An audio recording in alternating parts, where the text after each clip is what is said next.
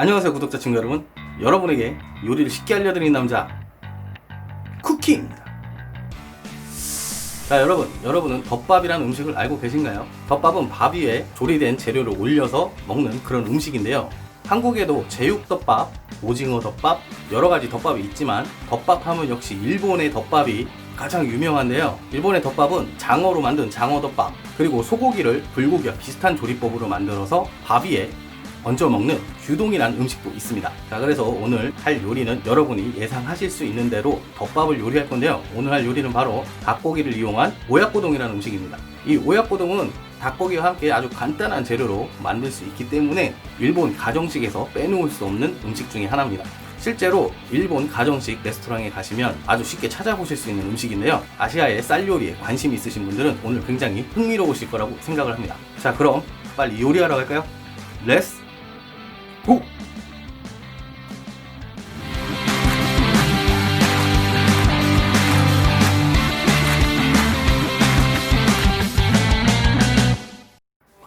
일본의 덮밥은 대부분 간장 소스로 만들어져 짜고 답니다. 물론 당연히 설탕을 사용하기 때문에 단맛이 나겠지만 설탕만으로는 요리에 사용되는 부드러운 단맛을 이끌어낼 수 없습니다.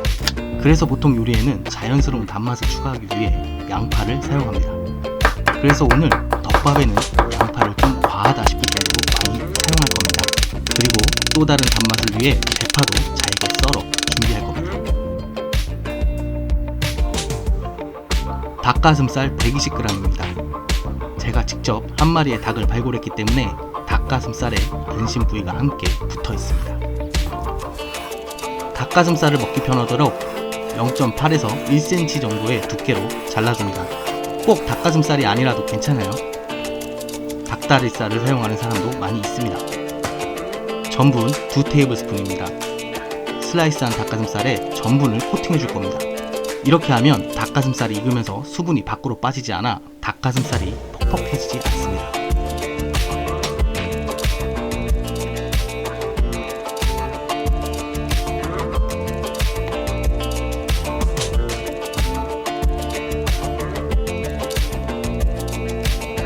계란을 하나 깨서 풀어줄 겁니다.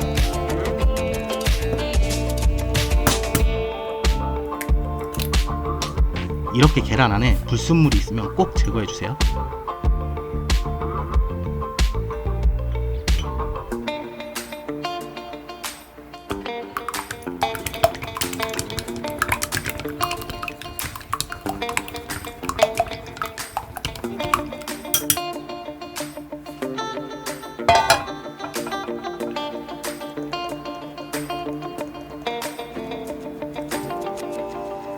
팬에 기름을 두르고 닭가슴살을 구워줍니다.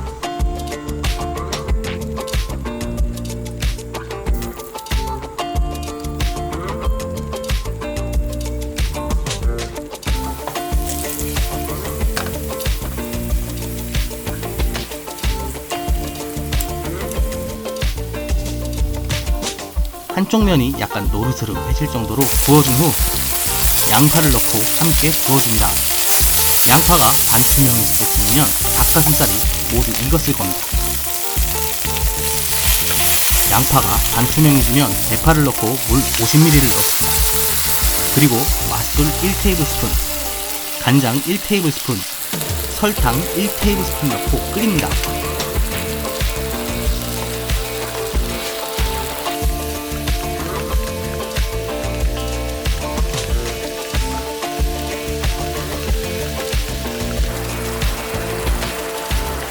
맛술에 알코올이 날아가면 방금 전 풀어뒀던 계란을 팬에 넓게 퍼지도록 구워줍니다. 이 상태에서 뚜껑을 덮고 가스불을 중불로 줄여 계란이 익을 때까지 조리합니다.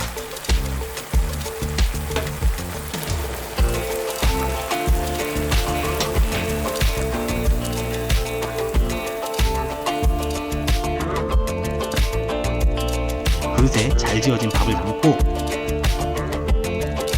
간장 소스에 조리한 닭가슴살을 밥 위에 덮어줍니다.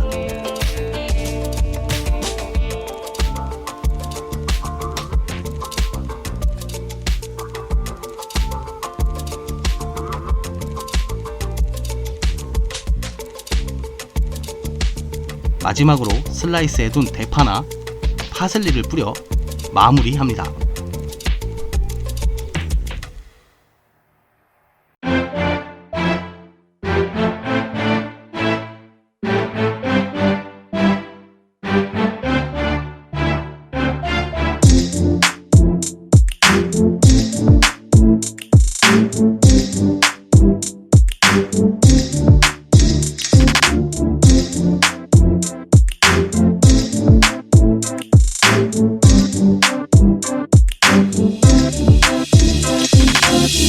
자, 이렇게 오약고동이 완성됐습니다.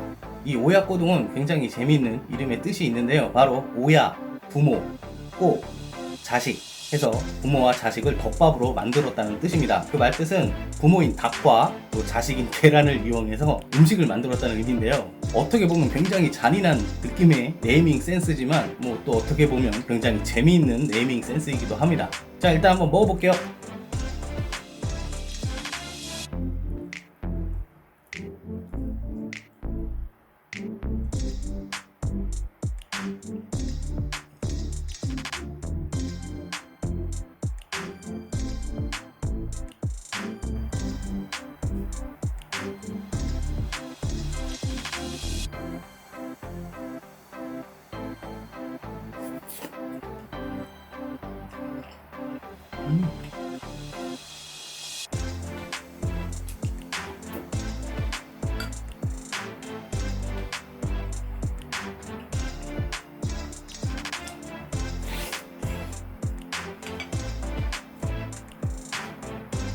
사실은 시침이라고 하는 7가지 맛이 나는 양념을 이 위에 뿌려서 먹으면 더 맛있는데 아쉽게도 지금 제가 시치미를 가지고 있지 않습니다. 하지만 시치미가 없어도 충분히 맛있는 음식이기 때문에 그냥 먹도록 하겠습니다. 그리고 굉장히 쉬운 음식이니까 여러분도 꼭 한번 해보시고요.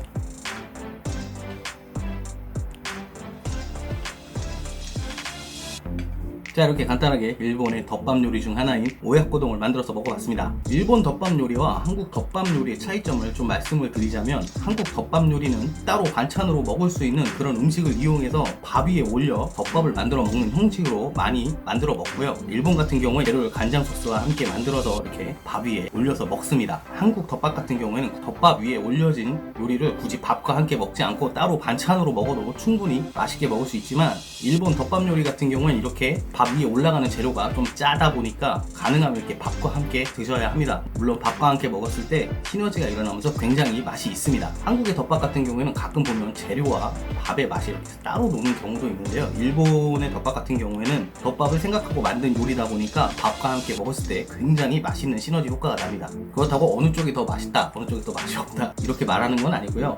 일본 덮밥은 일본 덮밥만의 매력이 있고, 한국 덮밥은 한국 덮밥만의 매력이 있습니다. 물론 덮밥은 일본의 덮밥이 한국의 덮밥보다 종류도 많고 훨씬 덮밥 요리로서 많이 발전이 되어 있습니다.